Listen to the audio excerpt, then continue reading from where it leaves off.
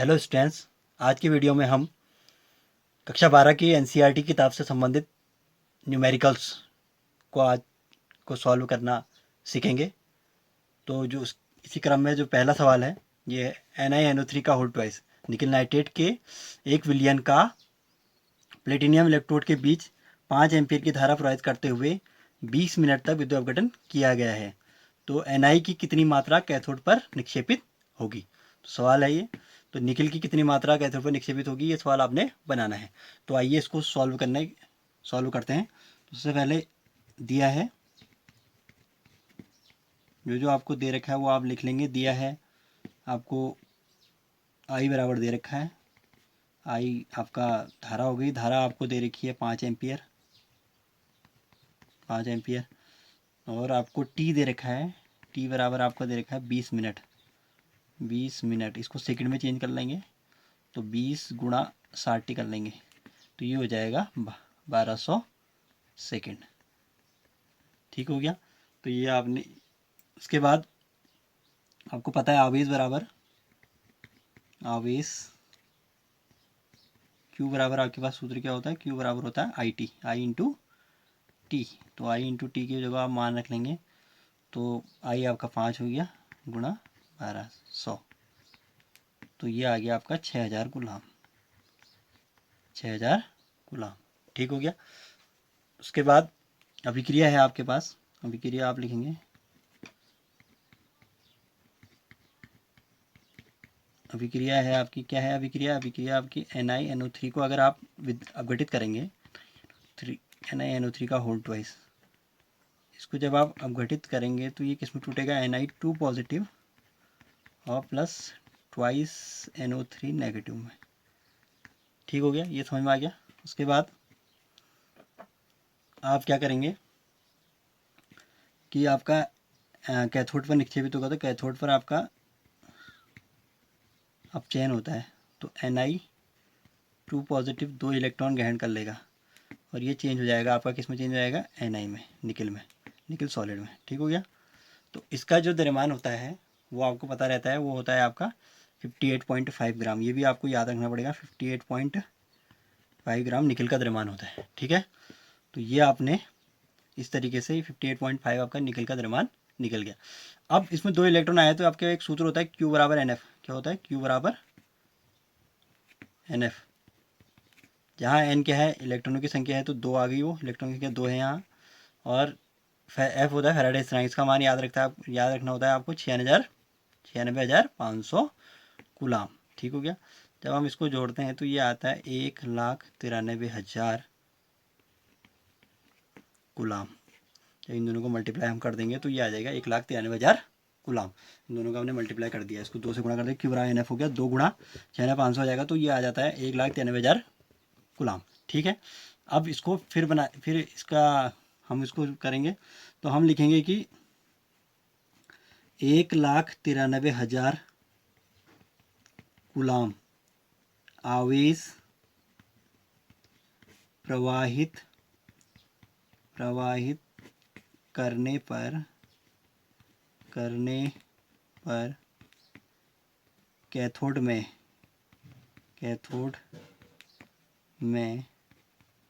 Copper copper का Ni, निकल का हम निकाल रहे हैं तो Ni निकल आ जाएगा। Ni निकल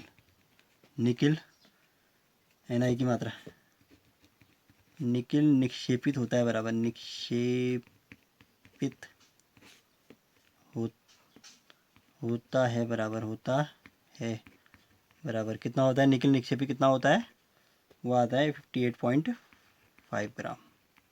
ठीक हो गया। तो इसी प्रकार 1 कूलाम आवेश प्रवाहित करने पर कैथोड में निकल Ni निक्षेपित होगा बराबर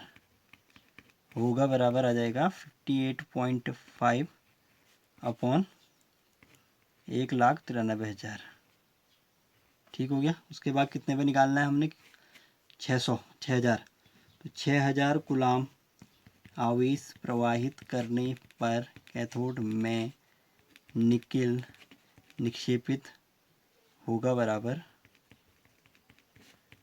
तो ये हो जाएगा 58.5 5 इंटू 6,000 अपॉन 1,93,000। ठीक हो गया। अब इसको सॉल्व कर लेंगे, 3 जीरो से 3 जीरो कट गए तो 58.6 को 58.5 को 6 से मल्टीप्लाई करेंगे तो ये आ जाएगा 351, 351 आ जाता है अपॉन 193। इसको इससे काट देंगे तो ये आ जाता है 1.81 ग्राम, 1.81 ग्राम। तो इस तरीके से हमने क्या किया है, 58.5 इंटू 6 से करेंगे तो 6 पंजे 30 हो गया, 0.0 आ गया, तो आ गया 8 6 48 और 3 5 हो जाएगा, और हो जाएगा 6 25, ये हो जाएगा 6 पंजे 30 5 35। तो ये 351/193 आ गया। इसका भागा देंगे तो इसमें आ जाएगा 1.81 ग्राम। ये आपका निकल निक्षेपित होगा, Ni निक्षेपित होगा कैथोड पर। तो ये इसका आंसर है।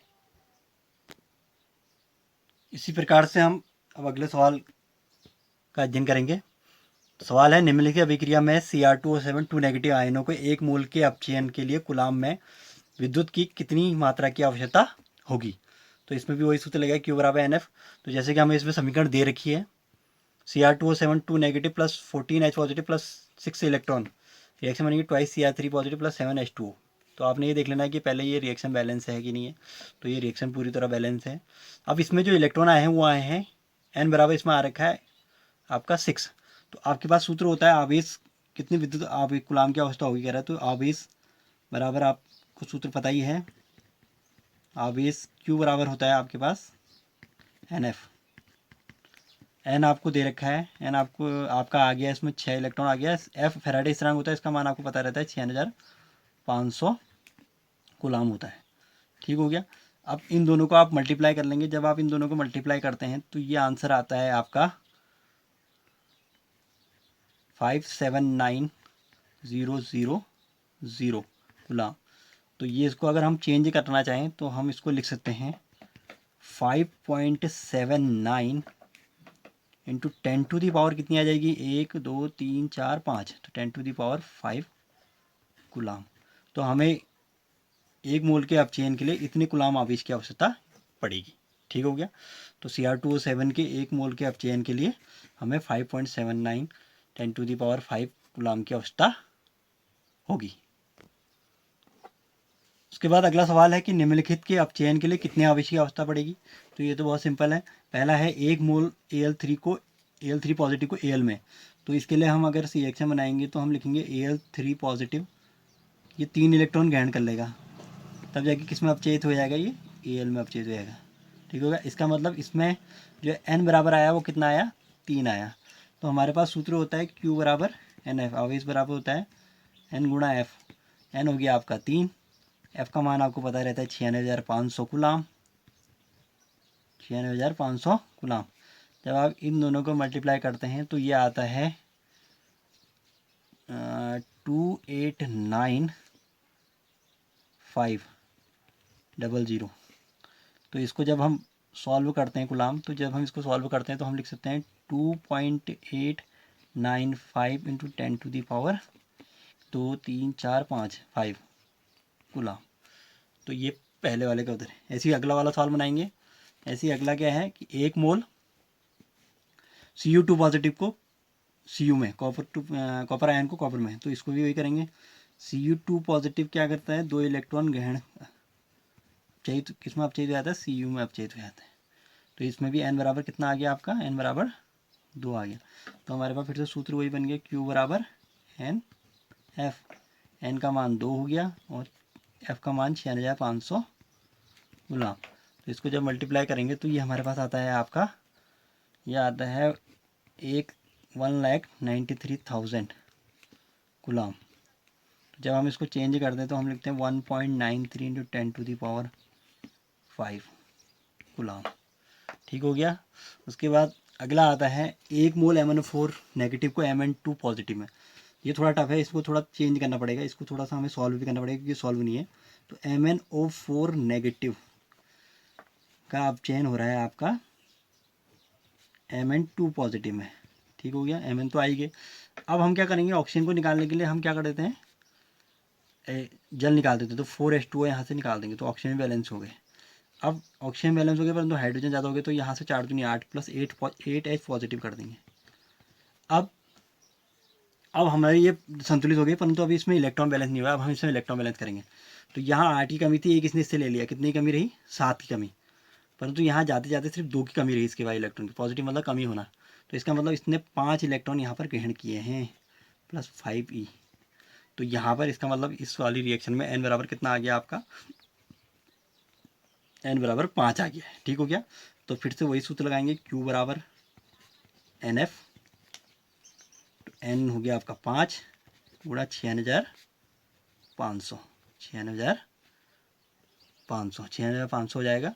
तो जब हम जब हम दोनों को मल्टीप्लाई करेंगे तो ये आता है 482500। ठीक हो गया।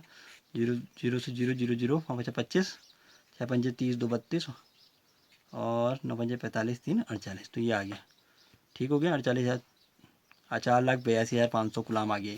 तो इसको जब चेंज करेंगे तो हम लिखेंगे 4.825 इंटू 10⁵ कूलाम। तो इस तरीके से आज के वीडियो में हमने आंकिक प्रश्नों का अध्ययन किया जो न्यूमेरिकल्स हैं, इंपॉर्टेंट न्यूमेरिकल्स हैं, जो कि परीक्षा की दृष्टि से भी कक्षा 12 में पूछे जाते हैं, बोर्ड परीक्षाओं में भी। तो आप इनका अध्ययन करेंगे और इन्हें समझने का प्रयास करेंगे और इसी बात अन्य सवालों को भी हल करेंगे। Thank you.